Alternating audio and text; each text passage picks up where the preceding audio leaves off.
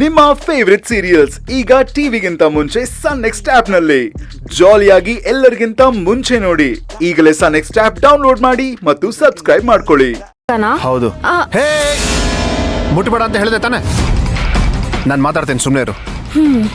Hello, ಹೇಳಿ ಅಮ್ಮೋರೆ. Phone ಎತ್ತಕ್ ಯಾಕೋ ಇಷ್ಟೊತ್ತು ಮಾಡ್ದೆ? ಊರಲ್ಲಿ ಅಣ್ಣನ ಸಂಬಂಧಿಕರಿದ್ದಾರಲ್ಲ, ಮನೆಗ್ ಬಂದು ಏನೋ ಗಲಾಟೆ ಮಾಡಿ ಹೋದ್ರಂತೆ. ನಾನ್ ಬೇರೆ ಅಣ್ಣನ ಜೊತೆ ಇಲ್ಲ ಈಗ. ಪ್ಲೀಸ್ ಕಣೋ, ನೀನ್ ಹೋಗಿ ಅಣ್ಣನ ಜೊತೆ ಇರ್ತೀಯಾ? ಏನ್ ಹೇಳ್ತಿದ್ದೀರಾ ಅಮ್ಮೋರೆ? ನಾನು ಈಗ ತಾನೆ ಅಲ್ಲಿಂದ ಬರ್ತಾ ಇದ್ದೀನಿ. ಆತರ ಏನು ಕಾಣಿಸ್ಲಿಲ್ವಲ್ಲ ನನಗೆ. ಯಜಮಾನ್ರು ಏನು ಹೇಳಿಲ್ಲ? ಚಿನ್ನು, ಇಲ್ಲ, ನಿನ್ ಗಂಡನ ಬಗ್ಗೆ ಪೂರ್ತಿಯಾಗಿ ಗೊತ್ತಿಲ್ಲ. ಅವನಿಂದ ವಿಚಾರಗಳನ್ನ ಹೇಳೋದೇ ಇಲ್ಲ. ಆದಷ್ಟು ಬೇಗ ಹೋಗೋ ಪ್ಲೀಸ್. ನಾನು ಈ ತರ ಯಾವತ್ತಾದ್ರೂ ಕೇಳಿದ್ದೀನ ನಿಂಗೆ? ನನಗೋಸ್ಕರ ಹೋಗ್ತೀಯಾ ಇಲ್ವೋ?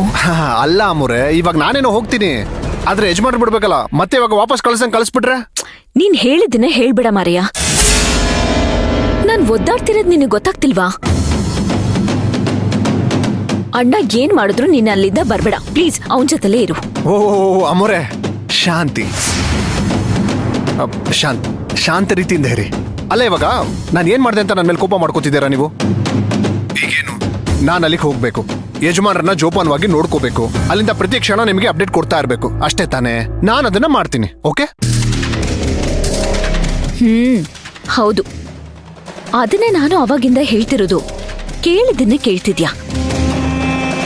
ಪ್ಲೀಸ್ ಇವಾಗ ಹೋಗ್ತೀಯಾ ಇಲ್ವಾ? ಸರಿ, ಆಯ್ತು ಅಮ್ಮೋರೆ, ಈಗ್ಲೇ ಹೋಗ್ತೀನಿ. ಊರಿಗೆ ಹೊರಡೋಕ್ಕಿಂತ ಮುಂಚೆ ನೀನೊಂದ್ ಸ್ವಲ್ಪ ಸಿಗು ನನ್ಗೆ. ನಾನ್ ನಿನ್ನ ಹತ್ರ ಏನೋ ಸ್ವಲ್ಪ ಮಾತಾಡ್ಬೇಕು. ಸರಿ, ಆಯ್ತು, ನಾನು ಈಗ್ಲೇ ಬರ್ತೀನಿ.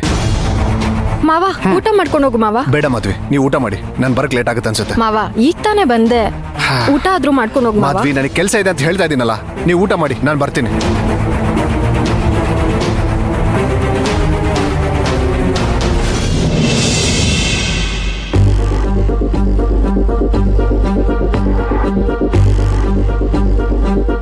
ಚಿನ್ನು, ಹೇಗಿದ್ಯಾ ಚಿನ್ನು? ನಾನ್ ಚೆನ್ನಾಗಿದ್ದೀನಿ ಶಾಂತಿ, ನೀನೇ ಹೇಗಿದ್ಯಾ? ಲೈಫ್ ಒಂಥರ ವಿಚಿತ್ರ ಅಲ್ವಾ? ಒಂದೇ ಊರಲ್ಲಿದ್ದು ನೋಡೋದಿಕ್ಕೆ ಎಷ್ಟು ದಿನ ಆಗೋಯ್ತು ನೋಡು. ನಿಜ ಶಾಂತಿ, ಈ ಟೆಕ್ನಾಲಜಿ ಅನ್ನೋದು ಎಷ್ಟೇ ಮುಂದಕ್ಕೆ ಹೋದ್ರು, ಈ ವಿಡಿಯೋ ಕಾಲು ಅದು ಇದು ಅಂತೆಲ್ಲ ಅಂತಾರೆ, ಆದ್ರೆ ಒಬ್ಬ ವ್ಯಕ್ತಿನ ನೇರವಾಗಿ ಭೇಟಿ ಮಾಡಿ ಮಾತಾಡಿಸಿದಾಗ ಸಿಗೋ ತೃಪ್ತಿನೇ ಬೇರೆ ನೋಡು. ಹೌದು, ಅದು ನಿಜಾನೇ.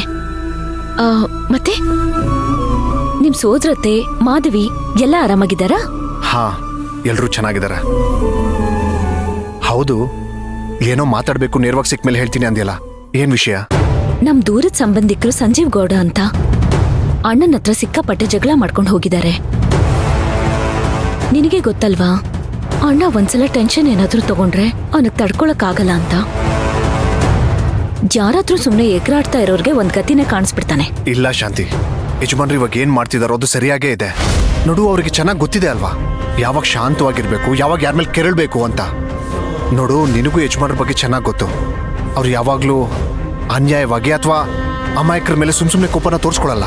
ನೀನ್ ಹೇಳೋದು ಸತ್ಯನೇ ಅಂತಿಟ್ಕೋ. ಅಣ್ಣನ್ ವಿಷಯದ ಜೊತೆಗೆ ಇನ್ನೊಂದು ಮುಖ್ಯವಾದ ವಿಚಾರ ಇದೆ. ಇದನ್ನ ಫೋನಲ್ಲೇ ಹೇಳೋಣ ಅನ್ಕೊಂಡೆ. ಅಲ್ಲಿ ಮನೇಲೇ ಹೇಳೋದ್ ಸರಿ ಇರಲ್ಲ ಅಂತ ಆಚೆ ಕರೆದಿದ್ದು. ಏನದು? ಸುಶಾಂತ್ ಮಂತ್ರ ಇಷ್ಟು ದಿನ ಜೊತೆಲೇ ಇದ್ರು, ಅವರಿಬ್ಬರಿಗೂ ಒಡನಾಟ ಆಗೇ ಇಲ್ಲ. ಸುಶಾಂತ್ ಅವರು ಮಂತ್ರನ ಇನ್ನೂ ಲವರ್ ತರನೇ ನೋಡ್ತಿದ್ದಾರೆ ಹೊರತು ಹೆಂಡತಿ ಅಂತ ಸ್ವೀಕಾರ ಮಾಡಿಲ್ಲ. ಆದ್ರೆ ಮಂತ್ರನ ಹೆಂಡತಿಯಾಗಿ ಸ್ವೀಕಾರ ಮಾಡಿಲ್ಲ ಅನ್ನೋದೇ ಸತ್ಯ. ಹೌದಾ? ಈ ಸತ್ಯ ನನಗೆ ಸ್ವಲ್ಪ ದಿನ ಮುಂಚೆನೆ ಗೊತ್ತಾಗಿದ್ದು. ನಿಜನಾ ಶಾಂತಿ? ನೀನೇನ್ ಹೇಳ್ತಿದ್ಯಾ? ಅಲ್ಲ, ನನಗೆ ನಂಬಕ್ಕೆ ಆಗ್ತಾ ಇಲ್ಲ. ನಿನಗಿರ್ಲಿ, ನನಗೆ ನಂಬಕ್ಕಾಗ್ತಿಲ್ಲ, ಬಟ್ ಅದೇ ಸತ್ಯ. ಸುಶಾಂತ್ ಮಂತ್ರ ಇಬ್ರು ಕ್ಲೋಸ್ ಆಗಿಲ್ಲ. ಶಾಂತಿ, ಈ ವಿಷಯ ನಿನಗೆ ಹೇಗೆ ಗೊತ್ತಾಯ್ತು? ಅವತ್ತು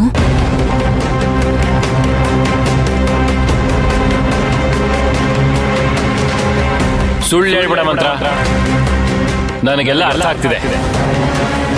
ವಾಂತಿ ಗಿಂತಿ ಇದೆಲ್ಲ ಡ್ರಾಮಾ.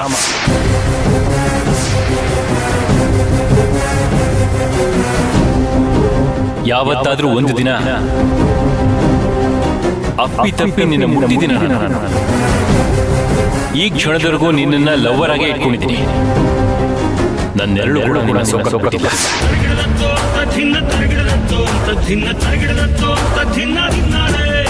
ನಿನ್ನ ಹೆಂಡತಿ ತರ ಯಾವತ್ತಾದ್ರೂ ನಡ್ಸ್ಕೊಂಡಿದ್ದೀನ?